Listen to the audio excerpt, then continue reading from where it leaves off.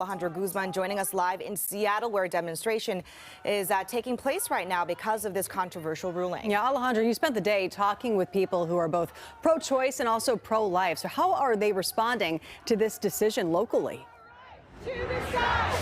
Jamie and Hannah, I can tell you that it has been a day full of emotions on some parts. Some are anxiously awaiting what they say a decision they were hoping would be overturned decades ago. But out here today, you can see that today's decision, well, today is a day of grief, fear, and uncertainty.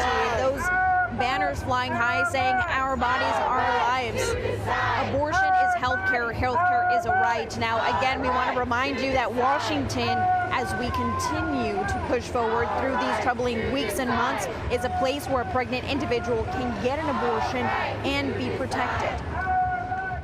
I feel sad and I feel afraid to really be in a place in a country that has taken away equal protection under the law for most of the country. Kia Guarino is a woman first. Today's decision hits close to home. As an activist, reproductive justice is something she says she's been called to follow. It talked about abortion not being part of our nation's history when that isn't true. It's a very selective interpretation. The 5-4 decision, she says, is forcing pregnant individuals to travel hundreds, if not thousands of miles to get access to health care.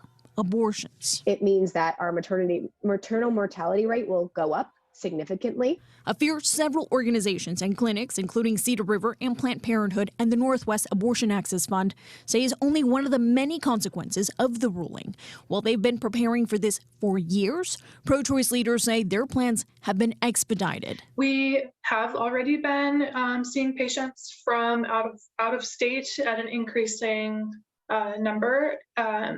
Even dating back to the Texas SB 8 decision. ACLU says this is a much bigger problem than what they're faced with, as they anticipate a dramatic increase in patients traveling to Washington to seek care. That means we may not have enough resources and abortion providers who can actually provide the care we need.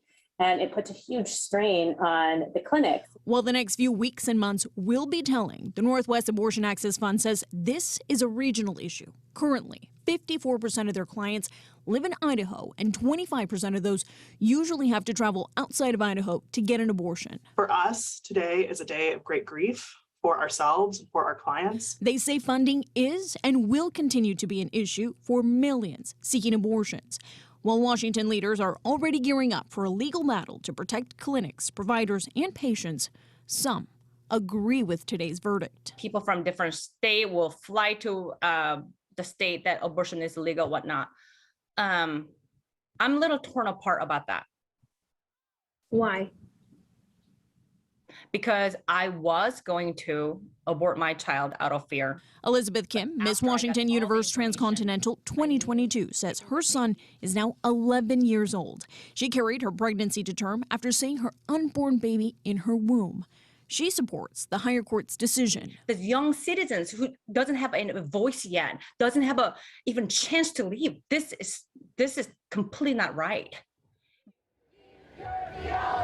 While some are pushing for education and adoption to help individuals who are expecting, others, like the ones out here today, said they're going to keep standing up and fight for bodily autonomy. Now, the one thing both sides can agree on today is that you can make your voice heard at the polls come November. Alejandro Guzman, News.